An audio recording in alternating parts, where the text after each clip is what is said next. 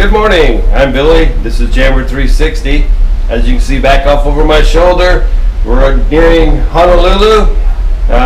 Today's trek will take us over to the Arizona and the USS Missouri and anything else we can find. So we're back waiting inside the theater again for our tour. This guy with his loud walkie-talkie. We got here 15 minutes early for our thing, but it had already left. So now we're waiting for the next bus. We have a few people left. For all the folks that are on Pearl Harbor, USS Missouri, on my left, you're going to make a line on this side to go down if you require wheelchair assistance or any assistance of any. Like I said, the other group is leaving. They just told us that we have a couple more minutes for ours. They had to wait for the bus to come back. They took the first part there, so hopefully we'll be on our way soon. And we're on the bus, and we're off. So we've arrived over onto Ford Island. We're going to be heading over to see the USS Missouri. But right here we have the memorial for the USS Oklahoma. And the little white stakes back here represent each of the people that were killed on the Oklahoma. It was the second largest loss of life on Pearl Harbor Day. There was a little over 400 sailors were lost on the Oklahoma. All right, we're now getting ready to enter the USS Missouri. If you look over my shoulder over here, you can see the Arizona Memorial. It's kind of way off in the distance, but we'll be going on that later. As most of you probably know, on the Missouri is where the Japanese signed the surrender agreement with Douglas MacArthur. 3 inches long. That is almost 3 American football fields. From the bottom of her keel to the top of her mast, her height 209 feet 8 inches tall. That is a 20-story building. Her beam, which is her widest point, 108 feet 2 inches wide, purposely constructed so her class could squeeze through those 110-foot Panama Canal locks back in the 40s and 50s. That left them with 11 inches on either side to squeeze through. A lot of those sailors said that sounded like 8,000 nails on a chalkboard as they scraped past. She weighs 58,000 displacement tons, fully loaded. Right now, she is about 45,000 displacement tons. And the Iowa-class battleship were built for speed. She can travel 33 knots, which is roughly 40 miles per hour land speed. Doesn't seem like that fast on the land, but in the water, 20-story building, it's pretty impressive. Any questions on her stats? No questions, no comments yet. You guys are really quiet. You must be impressed. What are the other 3 Iowa classes? The Iowa, the Wisconsin, and the New Jersey. Okay. They're all museums today. Now. Okay. All right, so her nickname is Mighty Mo. You can kind of get a gist of why that is right behind you, right in front of you, wherever you're looking. Right now we can see 6 of her 9 16-inch 50 caliber rifles. You have 3 rifles per turret. 3 turrets on deck. Turret 1, turret 2 up forward. Turret 3 is back aft, which is the back of the ship. We will see that one for our final story. Now these are rifles, not cannons. Cannons are typically loaded from the front. These are breech loaded, loaded from the back, also inside of the barrels. The spin called rifling, which technically qualify them as rifles. Now each rifle weighs 239,000 pounds. That is an equivalent weight of a NASA space shuttle. We do have 9 of those rifles, so that is a good chunk of weight right there. These rifles fire 2 types of projectiles. First projectile you can see down in front of the wave braid. That is called armored piercing. That projectile weighs 2,700 pounds. That is an equivalent weight of a small car, Honda Civic, Volkswagen Bug, somewhere within those lines. Now that armored piercing projectile can penetrate through 16 solid inches of armored plating or reinforced concrete bunkers. Second type of projectile, high capacity explosive. Looks very similar to the armor piercing, 8 inches shorter, only weighs 1,900 pounds. High capacity explosives were used for land targets, leaving a crater 50 feet wide, 20 feet deep. To fire 1 projectile, you need 6 bags of gunpowder. There is a bag down at, just to the left of that projectile. Looks like a giant marshmallow. That bag weighs 110 pounds, so 6 bags of gunpowder, 660 pounds per shot fired. These rifles are always loaded at 5 degrees, can elevate back to 45 in 4 seconds. The gun turrets have the ability to rotate a full 360. They never did that because of what's behind them, but would rotate a full 300, can do that in 45 seconds. These rifles have a maximum accurate range, 23 miles. They can accurately fire just beyond the horizon. Have a rate of fire, 2 rounds per minute every 30 seconds. Each rifle can fire another round. Those projectiles travel at about Mach 2 speed, twice the speed of sound, 2,500 feet per second.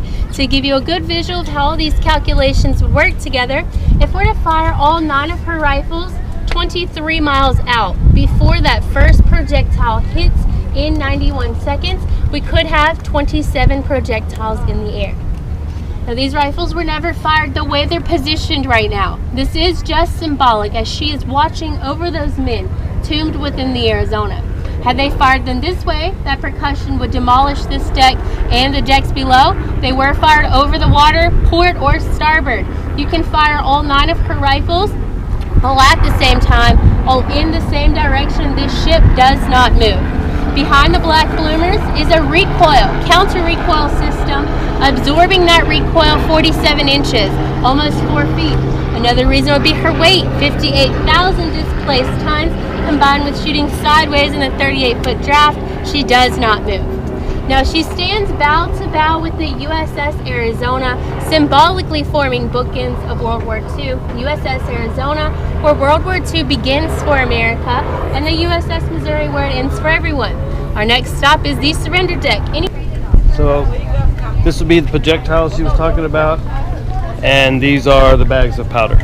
Level, but we do refer to this as the surrender deck because this is where Japanese surrendered September 2nd, 1945. Now, this ship, USS Missouri, was anchored in Tokyo Bay, Japan that day. It was an overcast Sunday morning. She has 255 Allied ships standing with her. Now, the cover that's above us now was not here. Rather, you would have seen thousands of enlisted men hanging on whatever they could to get a glimpse of this historical moment in the making. Relating to the picture on the gun turret, it looks like there's a lot more room on this deck because that turret was turned 30 degrees, making relation to 30 degrees, the rangefinder, the big bulky thing sticking out the top, was adjacent to the vent, so the tail end of the turret would be pointing down that walkway. Vent was taken off and capped. That opens up all of that available space for those higher ranking officers to be standing front row.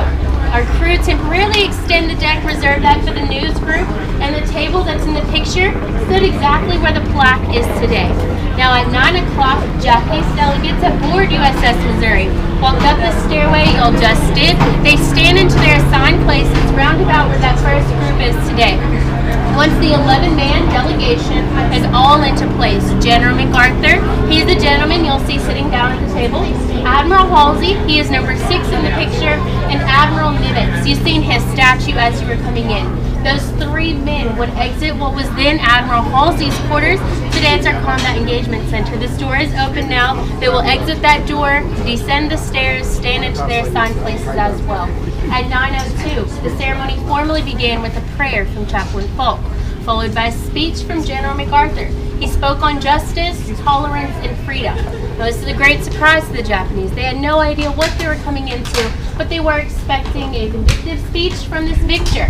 We do get that information from number 22 in the picture. It's Japanese translator, Mr. Kaze.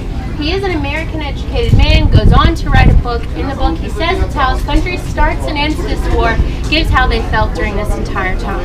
Now, number 20 and 21 are the first to be invited to sign the surrender documents. Number 20, Japanese Foreign Minister, Mr. Shigemitsu. He is signing on behalf of Emperor Hirohito. He signs first and steps back into place. Number 2 to sign is number 21, Japanese Imperial Army General Umezu. Does just the same, signs, steps back into place. General MacArthur steps from the mic to the table, flips the documents around, signing third for Supreme Allied Commander. This is his title. He does sign with 6 different pens. The first 2 pens he gives away to the 2 gentlemen standing behind him, number 1 and number 2. Both of these men, Japanese prisoners of war for 3 years. Number 1, Lieutenant General Wainwright, captured in Corregidor. Number 2, British Lieutenant General Percival, captured in Singapore. Both of these men are standing over 6 feet tall. Neither one of them weighed 100 pounds. They were released just a few days before the surrender ceremony. Both of these men and their pins are to represent all prisoners of war that have been captured during this time. Now he signs with 3 other pins, and the final pin he signs with is an orange pin General MacArthur's wife gave to him before the ceremony. Now in the casing we do have a replica of that pin. Now that's not the original. Now after General MacArthur signs, is Admiral Nimitz signing on behalf of the United States of America, followed by representatives signing for China, Great Britain, Soviet Union, Australia, Canada, France, the Netherlands, and New Zealand. Once everyone signs the surrender documents, General MacArthur closed the ceremony with "Let us pray, peace be now restored to the world, may God preserve it always." These proceedings are closed. At 9:25, the ceremony had ended, ending World War II for everyone. The bloodiest, most tragic war known to mankind, where a conservative estimate of 69 million people lost their lives in this war, 50 million of these people being civilians. All of this takes 23 minutes to end, and ironically, as the ceremony was ending, the overcast morning skies had parted. There were over 1,000 Allied aircraft flying above. They were given a signal, and they did a victory flyover to let everyone know World War II is officially over. There you have it, the story for the surrender signing. Now I'm going to cut you loose for a few minutes.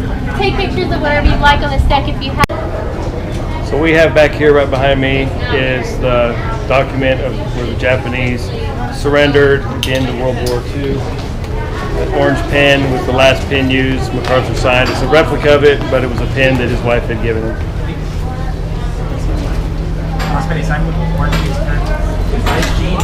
So they had representatives from all the Allied countries that signed on the thing. MacArthur signed as the Supreme Commander. Nimitz signed for the United States, and then there was representatives from. There was also 3 representatives from Japan that signed, ending the war.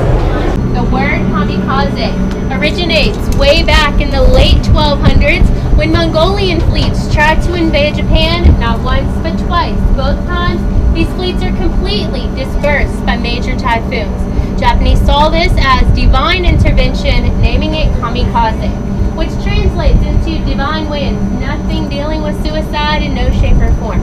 The first kamikaze attacks began during the Battle of Leyte, October 1944. Japanese had suffered great military defeat. They began losing the ability to wage war. So they had hoped, looking back into their history, they could recreate this kamikaze tactic, and this divine wind would save Japan just one last time. These attacks were from men averaged age 17 to 20. These men were to fly out with a 500-pound bomb, strapped to the bottom of their plane, finding an enemy warship, crashing into it, doing as much damage as possible, and killing themselves in the process. These men did sink 34 U.S. Navy ships, sacrificing nearly 4,000 kamikaze pilots in the process. Now, all of this relevant right here on this deck because April 11th, 1945, USS Missouri was offshore Okinawa under a kamikaze attack. At 2:42 p.m., kamikaze plane comes in, strikes starboard side, just on the other side of those 2 bits with a green triangle on it, number 27. Now, when the plane comes in and strikes starboard side, the right wing breaks off, flips forward, spreading aviation fuel all on our teak decks, caused a massive fire. The rest of the plane and the bomb fell gently into the ocean. That bomb did not explode. As great as damage control is, they had the massive fire out in 3 minutes. They did a head count. There were no casualties among the crew. Once they're washing this debris overboard, they found a body of who we now believe to be Petty Officer, 2nd Class Setsuo Ishino. When they found his body, they called up to Captain Callahan, said, "Captain, we found a body. He is not one of us. We have 100% of our men. We believe he is this kamikaze pilot that just tried to kill us. Do we have your permission to wash his body overboard?" Captain says no. Says once an enemy is dead, he is no longer your enemy. He will receive a burial at sea with full military honors. To be buried with military honors, you must be buried beneath the flag of your origin. We do not have a Japanese flag on our ship, so if you have a crew member stayed up late stitching one together, for him to be buried beneath the very next day, April 12th, 1945, right here off this deck. Now these footprints symbolize funeral detail. 5 footprints where the Marines let out a gun salute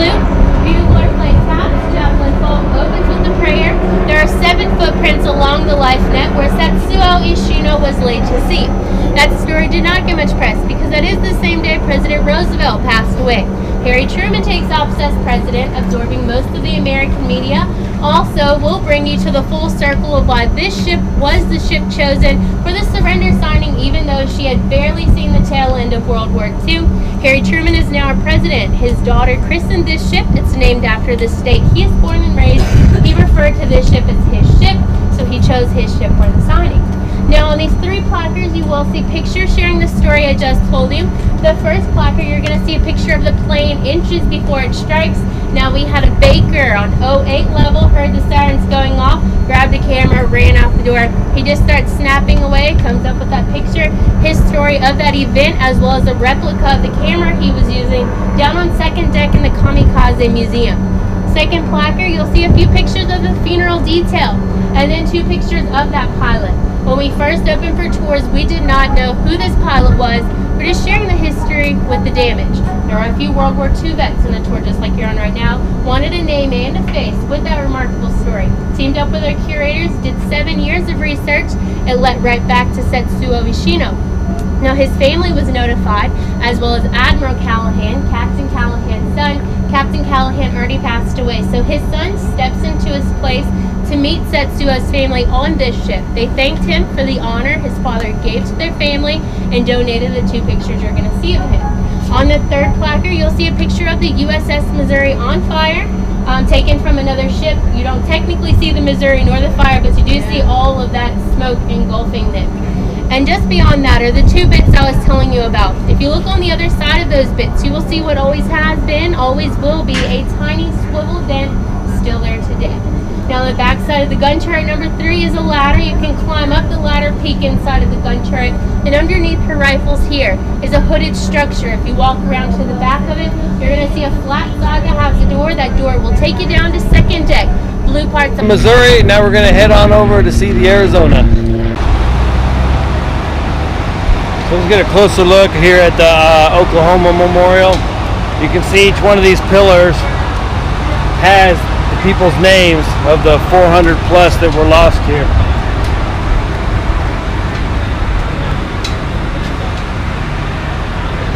Hopefully he's going to come out though for free time. All right, we're getting ready to go in here to the Arizona Memorial kind of visitor center. They're going to show us a movie, a couple of things, then we'll take a boat out to the memorial. So this is the welcome sign. All right, smack dab in the middle of the Arizona Tour Visitor Center. Got a few static displays back there. There's a plane, a couple rockets. Got a memorial back over here. We got a gift shop over here. Now we're just waiting for our guide to get our tickets so we can go through the movie and head over to the memorial. Right over here, I don't know if you can see it or not, it's a submarine.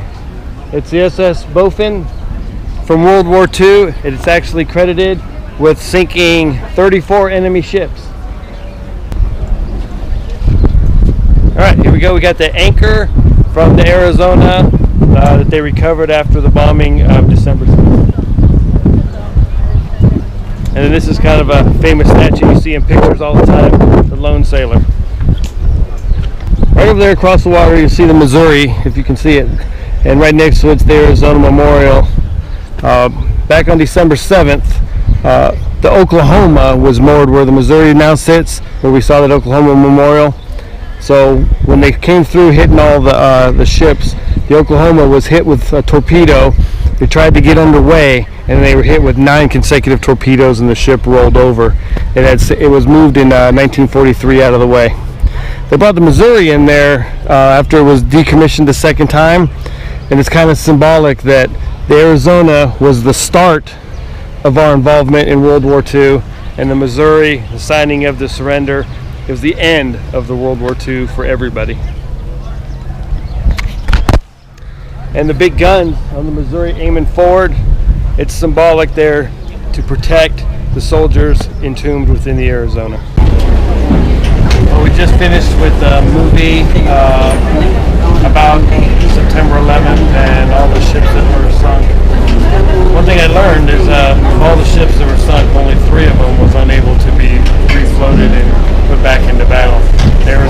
Oklahoma, and then Utah. So now we'll head over to Arizona and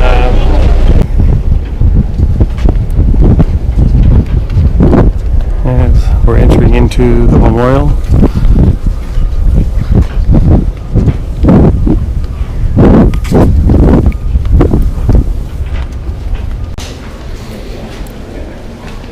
So there was 1,100 plus people that perished on the Arizona. People that actually survived it were allowed to later be buried with their shipmates if they so desired. As you see, there's like oil slick still.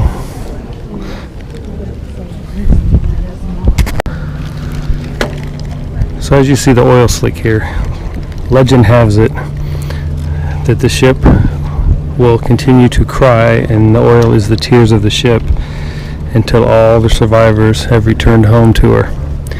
As present, there are 5 remaining survivors from the Arizona.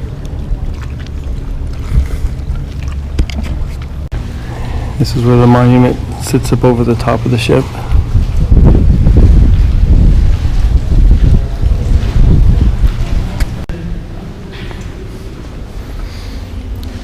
So these names right here, these were the survivors that have since been entombed into the ship.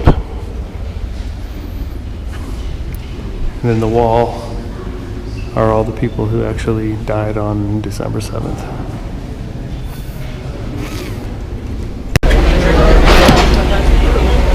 So we're through with Arizona. We're going to head back across the water over to the reception center, hang out there a little bit. Right here. And here's where we end our adventure today. Through with Arizona, saw the Missouri. It was the main reason I came to Hawaii.